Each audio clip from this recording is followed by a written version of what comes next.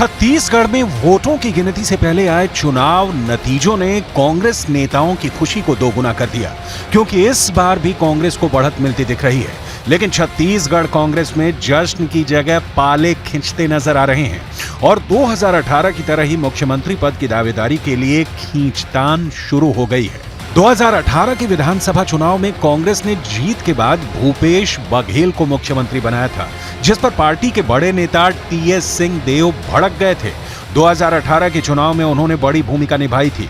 यही नहीं, वो मुख्यमंत्री पद के लिए भी सबसे बड़े दावेदारों में से एक थे, जिसके बाद ढाई साल के मुख्यमंत्री फॉर्मूले बनाए गए थे और उन्हें मुख्यमंत्री की कुर्सी के लिए इंतजार करना पड़ा। लेकिन एग्जिट पोल के नतीजे सामने आते ही उन्होंने साफ कर दिया कि इस बार ढाई साल वाला फॉर्मूला नहीं चलेगा।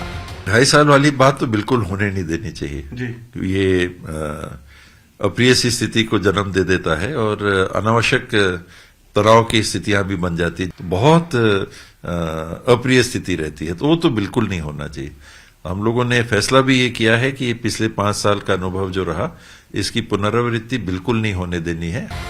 ऐसे में माना जा रहा है कि चुनाव नतीजे सामने आने के बाद कांग्रेस के लिए छत्तीसगढ़ में मुख्यमंत्री बनाने को लेकर बड़ी चुनौती खड़ी हो सकती है। लेकिन एक रोज पहले छत्तीसगढ़ के लिए आए एग्जिट पोल को बीजेपी ने सिरे से नकार दिया। छत्तीसगढ़ के लिए आए सभी 7 के 7 एग्जिट पोल कांग्रेस के पक्ष में ही जाते नजर आए।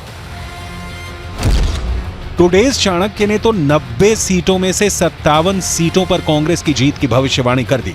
हालांकि यह आंकड़ा पिछली बार से कांग्रेस की जीती गई 68 सीटों से कम है। टुडेज चाणक्य की तरह ही जन की बात, एक्सिस माई इंडिया, CNX और सी वोटर समेत 7 के 7 एग्जिट पोल ने संकेत दे दिया कि भूपेश बघेल अपनी सरकार बचाने में कामयाब रह सकते हैं।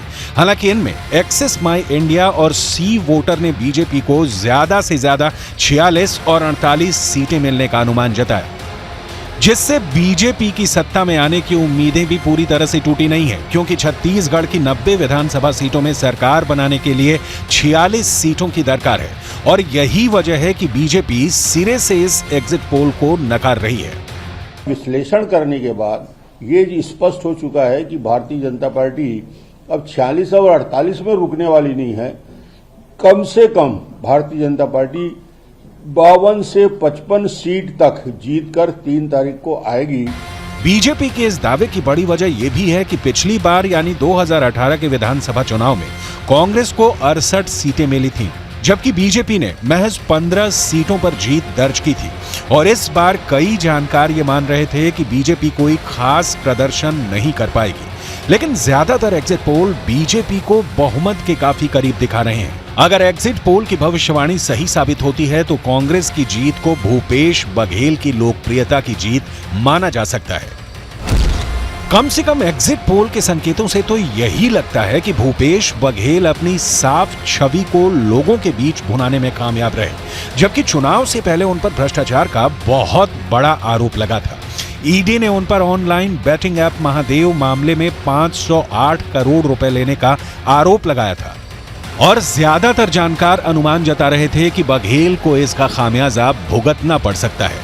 लेकिन उसके बाद भी जिस तरह सभी एग्जिट पोल उनकी जीत की भविष्यवाणी कर रहे हैं, उससे साफ है कि छत्तीसगढ़ के लोगों ने उन पर अपना भरोसा बनाए रखा है।